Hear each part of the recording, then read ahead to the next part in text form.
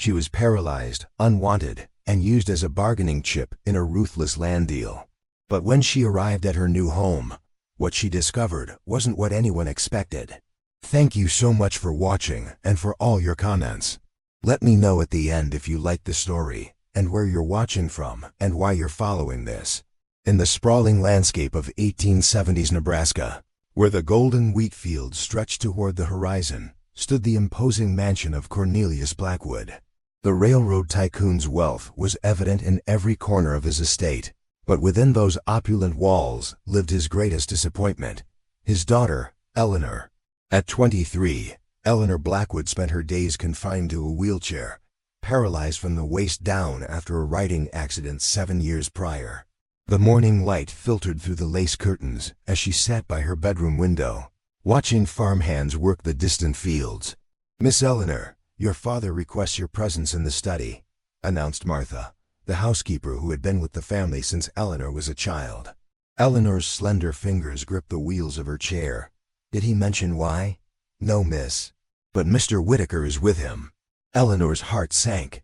Joshua Whitaker owned the largest wheat farm in the county, a widower of 40 with a reputation for shrewd business dealings. Her father had been meeting with him frequently over the past month. The journey to her father's study took longer than it should have. The grand house, built without consideration for someone in her condition, presented obstacles at every turn. By the time she reached the heavy oak door, a thin sheen of perspiration covered her brow. "Ah, Eleanor," her father said without rising from behind his desk when she entered. "Mr. Whitaker and I have come to an arrangement that concerns you." Joshua Whitaker stood awkwardly, his weathered hat in his hands. His eyes, kind but uncertain, met hers briefly before looking away. "What arrangement?" Eleanor asked, her voice steady despite the apprehension building within her. Cornelius Blackwood's expression remained impassive. "The railroad expansion requires Whitaker's land. He's been reluctant to sell. We've found a compromise." "I fail to see how this involves me, father." Her father's cold eyes fixed on her. "You're to marry Mr. Whitaker. In exchange, he will grant the necessary land rights to the railroad." The room seemed to tilt beneath Eleanor's wheelchair. "You're trading me for wheat fields?" "I'm securing your future, Eleanor," Cornelius replied sharply. "What prospects do you have otherwise?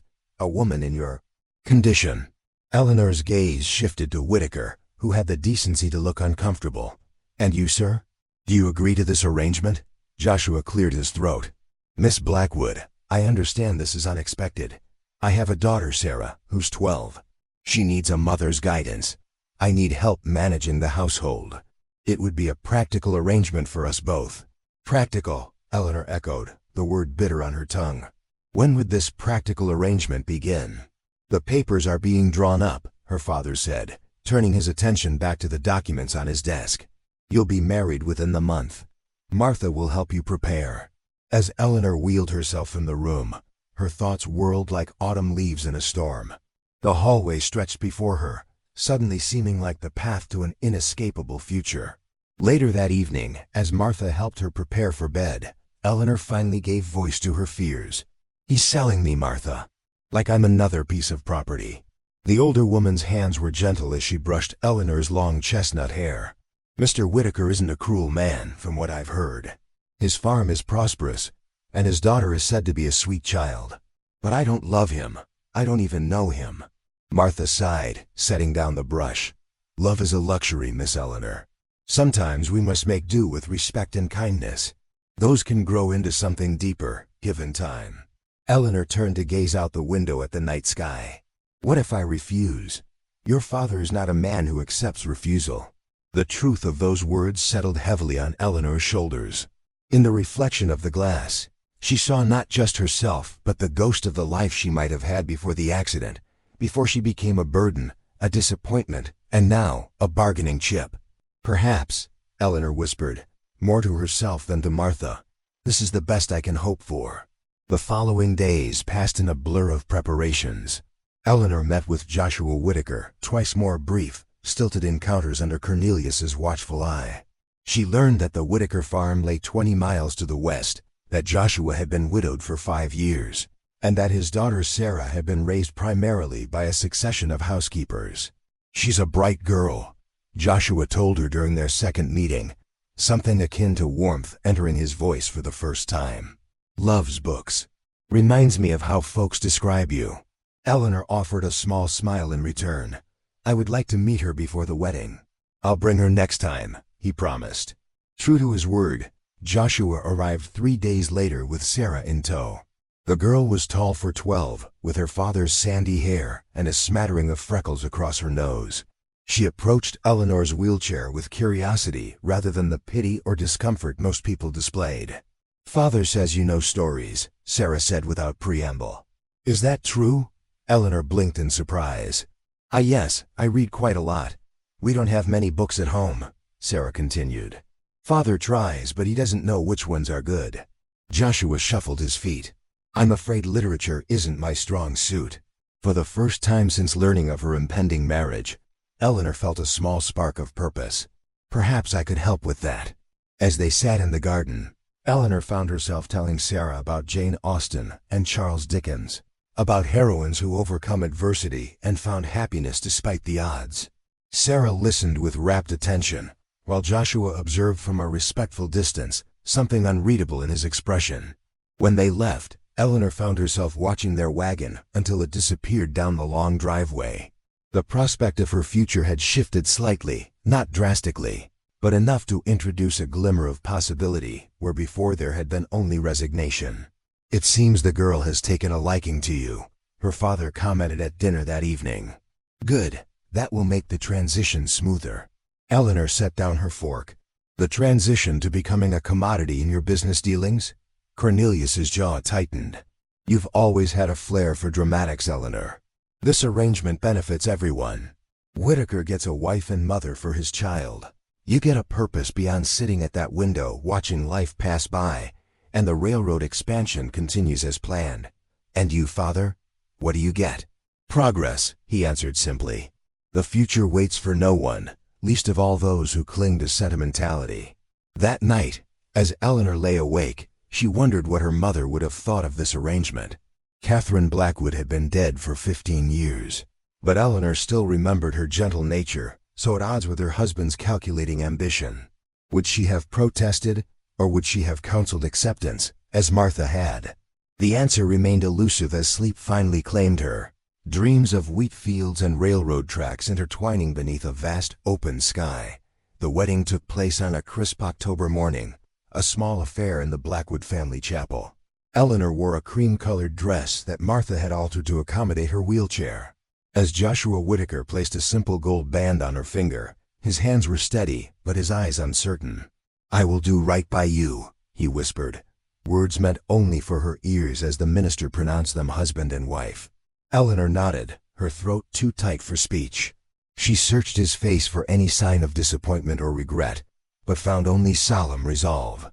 The journey to the Whitaker farm took nearly 3 hours by carriage.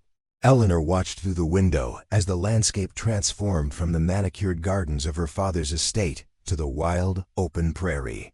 Beside her, Sarah chatted excitedly about the room they had prepared, the books they had purchased, the chickens that had hatched last week.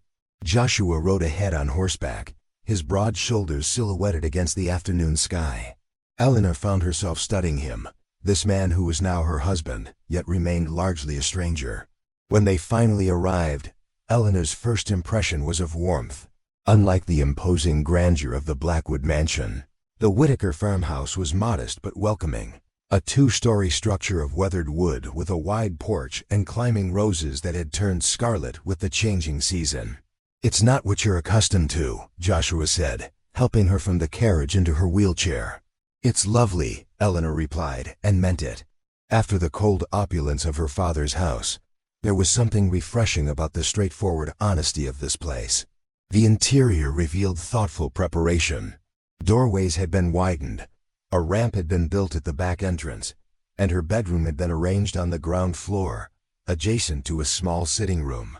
I had some modifications made, Joshua explained, a hint of nervousness in his voice. I hope they're sufficient. I've never known anyone with your particular needs before.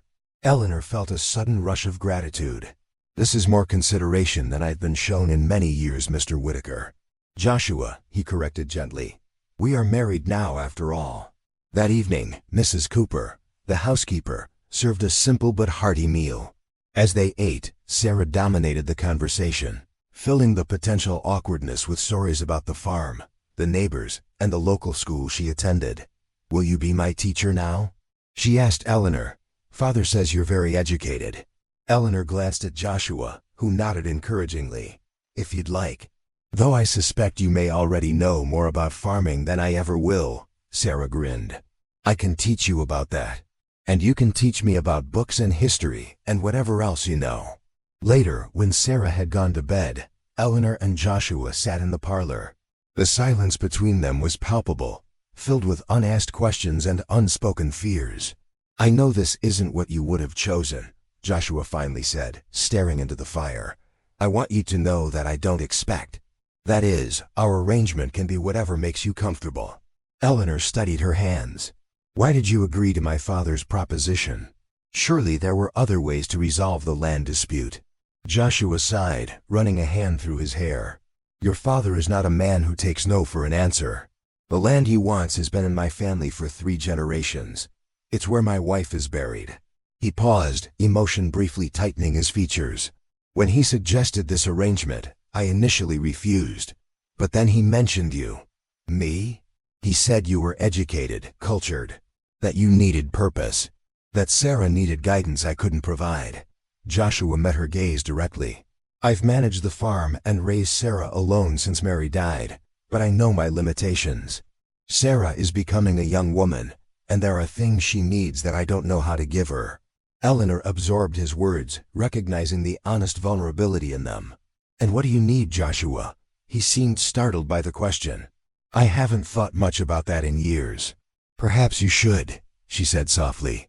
That night, in the unfamiliar bed in her new room, Eleanor lay awake listening to the sounds of the farmhouse settling around her. So different from the mansion, creaking floorboards instead of marble, the distant lowing of cattle instead of silence. There was life here, raw and real. The days that followed established a tentative routine. Eleanor began tutoring Sarah in the afternoons, discovering a bright, inquisitive mind eager for knowledge. Mornings were spent learning the rhythms of the household from Mrs. Cooper, who treated Eleanor with respectful efficiency. Joshua spent most daylight hours in the fields or the barn, returning for meals with dirt-stained hands and weather-worn features. He was unfailingly polite, considerate of her needs, but maintained a careful distance. One evening, about 2 weeks after her arrival, Eleanor wheeled herself onto the porch where Joshua sat mending a piece of tack. "Do you mind some company?" she asked. He looked up, surprise evident in his expression. "Not at all." Eleanor positioned her chair beside his rocker. The sunset painted the sky in brilliant oranges and pinks, the wheat fields glowing golden in the fading light. "It's beautiful here," she said. "I never realized how confined I was at my father's house until now." Joshua's hands stilled on his work. "Are you finding it tolerable then? This new life?" "More than tolerable," Eleanor admitted. "Sarah is a delight. And you've been very kind." "Kind," he repeated, something like disappointment in his voice. Eleanor turned to look at him directly. "Have I offended you?" "No," Joshua said quickly. "It's just I don't want to be merely kind to you, Eleanor. I want you to feel that this is your home, not another prison." His words touched something deep within her. "I've spent 7 years being defined by what I cannot do, by this wheelchair. My father saw me as broken, a liability. I'm still learning what it means to be seen as a person first." Joshua set aside his work, his expression earnest. "When I look at you, I don't see the wheelchair. I see a woman with patience enough to spend hours teaching Sarah, courage enough to leave everything familiar behind, and strength enough to face each day with dignity." Eleanor felt heat rise to her cheeks. "You hardly know me." "I'm beginning to," he said simply. The moment hung between them, fragile and new. Then Sarah's voice called from inside, breaking the spell. As October gave way to November, Eleanor found herself increasingly involved in the life of the farm. Though she couldn't physically participate in many tasks, her organizational skills proved valuable. She began keeping the farm's ledgers, discovering that while Joshua was an excellent farmer, bookkeeping was not his strength. You've added 3 years to my life by taking over those accounts," he told her one evening, genuine gratitude in his voice. Eleanor smiled. "It gives me purpose. And it helps me understand this place better." As they worked together, the awkwardness between them gradually dissolved. Eleanor learned that Joshua had a dry wit that emerged when he was comfortable, that he played the fiddle, though poorly, by his own admission, and that he was teaching himself to read Latin from an old grammar book. "Why Latin?" she asked, intrigued by this unexpected pursuit. Joshua looked slightly embarrassed. "Mary, my first wife, she loved ancient history. I thought perhaps if I learned the language, I might understand what fascinated her so." The mention of Mary no longer brought the sharp silence it once had. Joshua had begun to speak of her occasionally, sharing small memories that painted a picture of a warm, vibrant woman whose absence was still felt, but whose memory no longer paralyzed. Eleanor found herself wanting to know more about the woman who had come before her, not out of jealousy, but out of a desire to understand the foundations of the home she now shared. "Tell me about her," she said one night as they sat by the fire. Joshua looked surprised, then thoughtful. "She was fearless," he said finally. "When we decided to stake our claim out here, everyone said the land was too wild, too demanding. Mary just laughed and said that was precisely why it would suit us." As he spoke, Eleanor watched his face soften with memory. There was love there still, but it had transformed into something gentle, a cherished part of his past rather than an open wound. "She would have liked you," he concluded. "Your determination, your kindness to Sarah." Eleanor reached out impulsively, touching his hand. "Thank you for sharing her with me." Their fingers remained entwined for a long moment, a bridge forming between past and present, between what had been lost and what might yet be found. Winter descended upon the prairie with unforgiving swiftness. The first snow fell in early December, transforming the landscape into a vast white expanse that glittered beneath the cold sun. Eleanor, who had never experienced a winter away from the insulated comfort of her father's mansion, found herself both awed and intimidated by the raw power of the elements. "Will the house be warm enough?" she asked Joshua as they watched the snowfall from the parlor window, concern etching her features. He smiled, a gentle reassurance in his eyes. "We've weathered worse.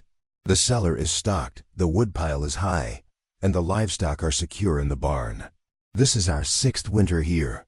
We know how to prepare." Yet despite all preparations, the blizzard that struck 3 days before Christmas tested even the Whitaker farm's resilience.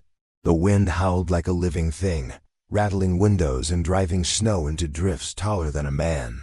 For 2 days they were completely housebound, the world beyond their walls reduced to a howling white void. On the morning of the 3rd day, Joshua rose before dawn.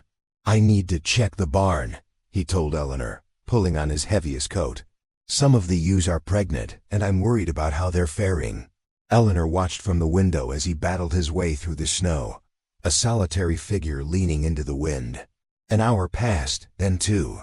Anxiety gnawed at her as she waited, watching the path to the barn for any sign of his return. Shouldn't father be back by now? Sarah asked, joining Eleanor at the window, her young face pinched with worry. Eleanor squeezed her hand. "The animals probably needed extra care after the storm. I'm sure he'll be back soon." But when Joshua finally appeared, struggling through the snow toward the house, Eleanor could immediately tell something was wrong. He moved with difficulty, listing to one side, his pace alarmingly slow. "Something's happened," she said, her heart lurching. "Sarah, fetch Mrs. Cooper, quickly." By the time Joshua reached the porch, his face was gray with pain. Beam fell, he managed through gritted teeth as Mrs. Cooper and the farmhand helped him inside. "In the barn. Think my ribs are broken." The next hours passed in a blur of activity. Joshua was settled in his bed, his torso wrapped tightly with bandages after Mrs. Cooper's examination confirmed at least 2 broken ribs. The local doctor wouldn't be able to reach them until the roads cleared. "The livestock," Joshua murmured feverishly. "They need tending." "Mr. Peterson is seeing to them," Mrs. Cooper assured him, referring to the farmhand who lived in the small cottage behind the main house. "You need to rest." That night, Eleanor kept vigil by Joshua's bedside. As the fire burned low in the grate, she watched the pain etching lines into his face, her heart twisting with a fierce protectiveness that surprised her with its intensity. "Eleanor?" he whispered, his eyes fluttering open. "I'm here," she said, taking his hand. "I'm sorry." She frowned. "For what?" "For being another burden to you." His voice was thick with pain and something else, shame. "You didn't ask for any of this." Eleanor tightened her grip on his hand. "Is that what you think? That I see you as a burden?" Joshua's gaze slid away from hers. "You were forced into this marriage. And now, instead of the capable farmer you were promised, you have an invalid who can't even tend his own livestock." The irony of his words, so similar to the thoughts that had haunted her for years, struck Eleanor forcefully. "Joshua Whitaker," she said, her voice firm, "I have spent 7 years being treated as though my worth was diminished by my condition. I will not allow you to do the same to yourself." Surprise registered in his pain-clouded eyes. "You are not defined by this injury," she continued, passion rising in her voice. "Just as I am not defined by this wheelchair. We are more than our limitations." Something shifted in Joshua's expression, a softening, a surrender. "When did you become so wise?" he asked softly. "Perhaps I had a good teacher," she replied, a small smile playing at her lips. The following days established a new rhythm in the household. With Joshua confined to bed, Eleanor took charge of the farm's operations, directing Mr. Peterson and the neighboring farmer's son who had come to help. She supervised the feeding schedules, consulted the veterinarian about the pregnant ewes, and kept the ledgers meticulously updated. Each evening, she would bring the day's reports to Joshua, sitting beside his bed as they discussed decisions and plans. As his strength gradually returned, their conversations expanded beyond the immediate needs of the farm to broader dreams and possibilities. "I've been thinking about expanding the orchard come spring," Joshua said one evening, sitting up against his pillows, his color much improved. "The apples we planted 3 years ago are finally producing well." Eleanor nodded thoughtfully. "The account books show the preserved fruits brought a good price at market last fall. It would be a sound investment." "You've taken to farming remarkably well for someone raised in a mansion," Joshua observed, a hint of teasing in his voice. "Perhaps I was meant for this life all along," Eleanor replied, surprising herself with the truth she felt in those words. As Christmas approached, Sarah became increasingly secretive, disappearing into her room for hours with mysterious parcels. Mrs. Cooper's kitchen filled with the scents of gingerbread and roasting nuts. And even Joshua was allowed brief periods out of bed to sit by the fire in the parlor. On Christmas Eve, with Joshua settled in his armchair and a small pine tree decorated with homemade ornaments standing in the corner, Eleanor felt a contentment she had never expected to find in this arranged marriage. "I have something for you," Joshua said as the evening grew late and Sarah had finally been persuaded to go to bed, despite her protests that she was too excited to sleep. Eleanor looked up in surprise as he handed her a small package wrapped in brown paper and tied with twine. "It's not much," he said, a hint of nervousness in his voice. "And I had to ask Mrs. Cooper to fetch it from its hiding place, since I couldn't manage the stairs." Eleanor carefully unwrapped the package to reveal a small wooden box, beautifully carved with a pattern of intertwining vines. Inside, nestled on a bed of soft cloth, lay a silver brooch in the shape of an open book. "Joshua," she breathed, lifting it carefully. "It's beautiful. I commissioned it from the silversmith in town months ago," he admitted. Before I was injured. I wanted you to have something that represented what you've brought to this home. Knowledge, stories, a new chapter." Eleanor felt tears prickling behind her eyes. "Thank you," she said, her voice thick with emotion. "I have something for you as well, though it seems inadequate now." She reached for a package beside her chair and handed it to him. Joshua unwrapped it to find a leather-bound book. "Open it," she urged. Inside, he found pages filled with Eleanor's neat handwriting, Latin phrases and their translations, organized by topic and complexity, with notes on pronunciation and usage. "You were teaching yourself from that old grammar book," she explained. "I thought a more structured approach might help. I've included translations of some of Virgil's simpler passages at the back." Joshua ran his fingers over the pages, his expression one of wonder. "You made this for me?" Eleanor nodded, suddenly shy. I noticed you were struggling with some of the conjugations. And I thought it might be something we could work on together, if you wanted." "Together," he repeated, the word holding a weight beyond its simple meaning. Their eyes met across the space between them, the firelight casting a warm glow over their faces. In that moment, Eleanor realized with startling clarity that somewhere in the midst of ledgers and livestock, snowstorms and shared meals, her feelings for this man had transformed from cautious respect to something much deeper, much more profound. Before either could speak, a log shifted in the fireplace, sending up a shower of sparks.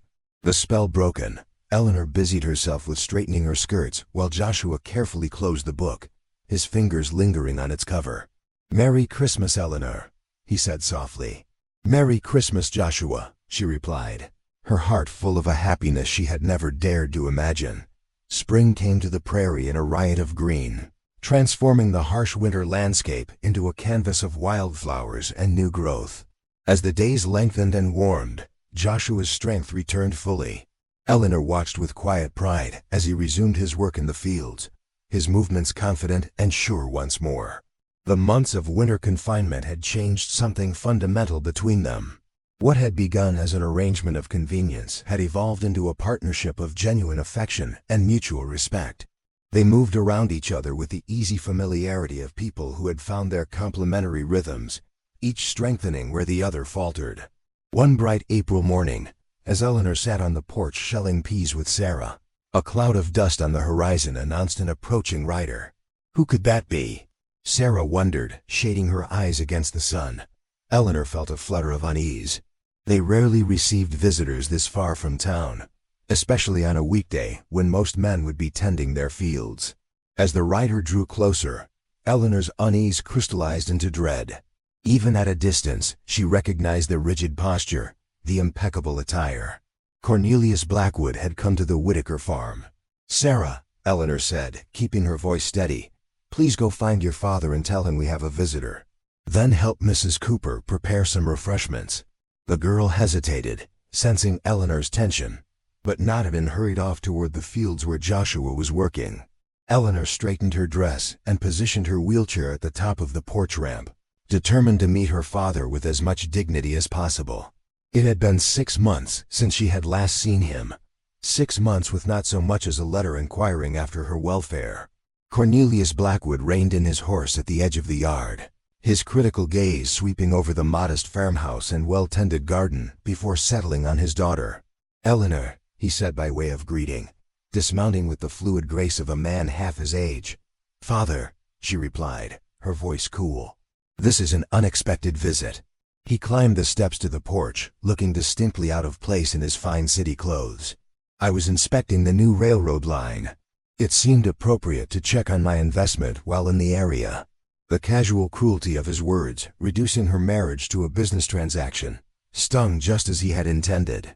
But Eleanor was no longer the resigned, submissive daughter he had bartered away. "If you're referring to your son-in-law's land, I believe that matter was settled months ago," she said evenly. "The deeds were transferred according to the agreement." Cornelius's expression hardened. "I was referring to you, Eleanor. I wanted to see if Whitaker was holding up his end of the bargain, providing adequately for your special circumstances." Before Eleanor could respond, Joshua's voice came from behind her. "Mr. Blackwood, this is a surprise."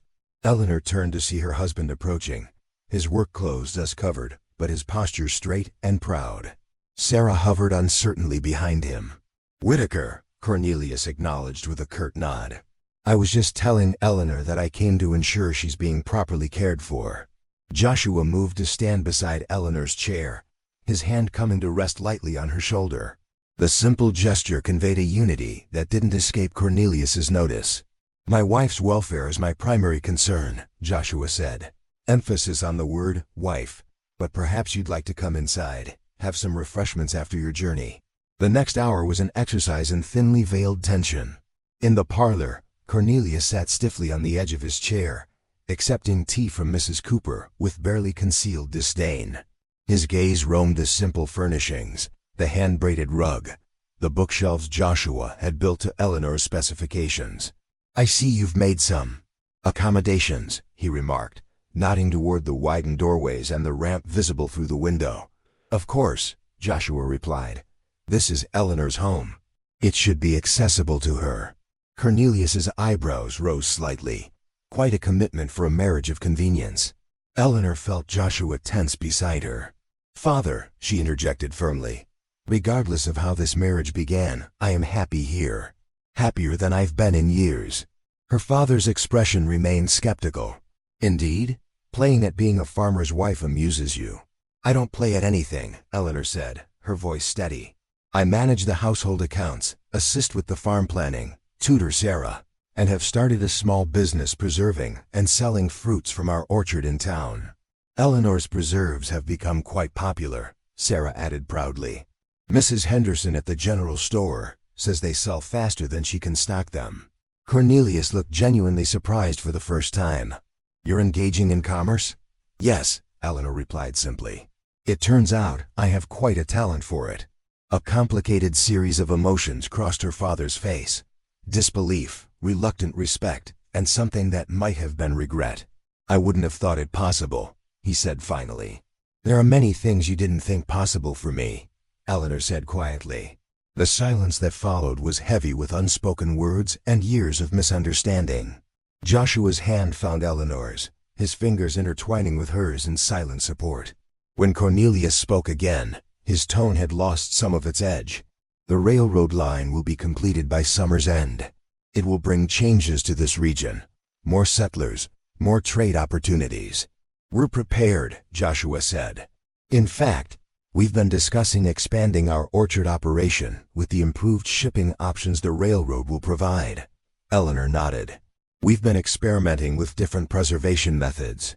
I believe there could be a substantial market for our products in the larger towns along the line." Cornelius studied them both, his shrewd business mind evidently reassessing the situation. "Perhaps there is more potential here than I anticipated." When he rose to leave an hour later, there was a subtle shift in his manner. As Joshua went to retrieve his horse, Cornelius lingered on the porch with Eleanor. "He seems to treat you well," he said, a statement rather than a question.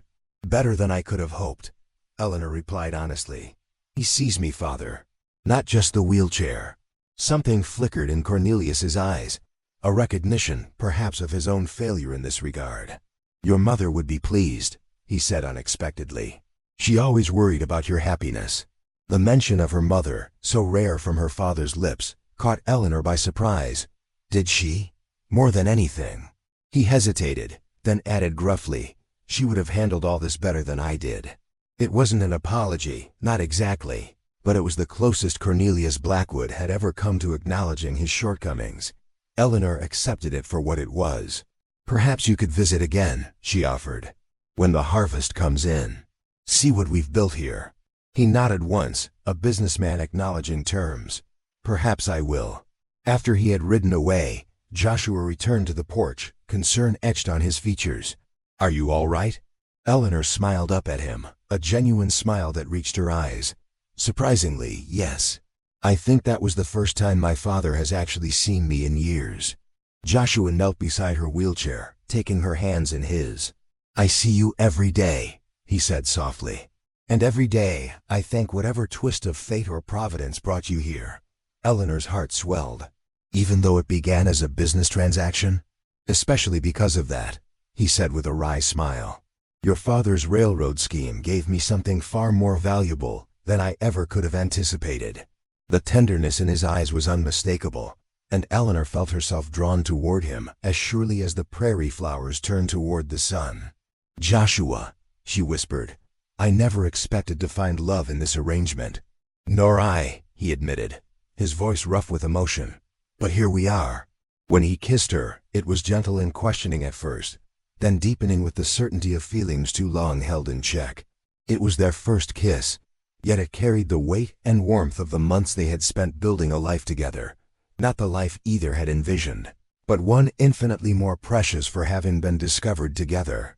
That evening, as the sun set over the wheat fields turning them to gold, Eleanor sat on the porch with Joshua beside her and Sarah perched on the steps, reading aloud from one of the new books they had ordered from the catalog. The scent of apple blossoms drifted from the orchard, promising future harvests and seasons yet to come. Eleanor glanced at Joshua, finding him already watching her, his eyes warm with an emotion that needed no words. She had come to this place as a bargaining chip in her father's business dealings, expected nothing more than a practical arrangement. Instead, she had found purpose, respect, and ultimately, love. As Sarah's voice rose and fell with the cadence of the story, Eleanor reflected that some journeys begin with reluctant steps yet lead to destinations more beautiful than we could ever imagine. Her hand found Joshua's, their fingers intertwining with the easy familiarity of hearts that had found their home in each other. The wheelchair that had once seemed to define her existence now felt like merely an incidental detail in a life rich with meaning and possibility. Here, on this prairie farm with this unexpected family, Eleanor Whitaker had finally found freedom.